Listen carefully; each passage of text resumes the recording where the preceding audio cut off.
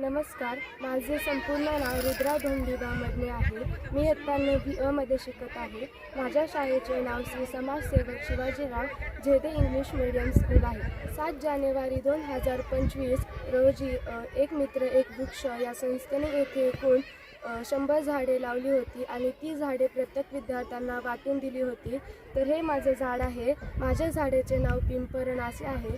आम्ही सर्व विद्यार्थी दर बुधवारी येथे येऊन झाडांना पाणी, झाडांना खत आणि झाडाला असे आळे करतो आणि अशा प्रकारे आम्ही झाडाची काळजी आणि झाडाचे निरीक्षण करतो.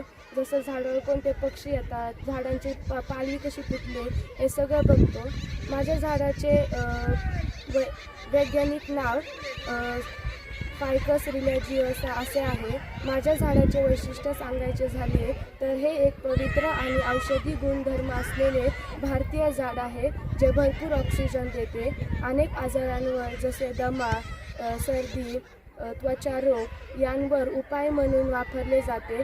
या झाडावर अनेक पक्षी येऊन बसतात, कारण या झाडामुळे पक्ष्यांना निवारासुद्धा मिळतो आणि फळेसुद्धा मिळतात. या झाडाला जेव्हा फळं येतात तेव्हा ह्या परिसरातील सर्व पक्षी या फळाला खातात आणि त्यांच्या आयुष्याच्या माध्यमातून सगळीकडे नैसर्गिक बीज प्रसार होतो.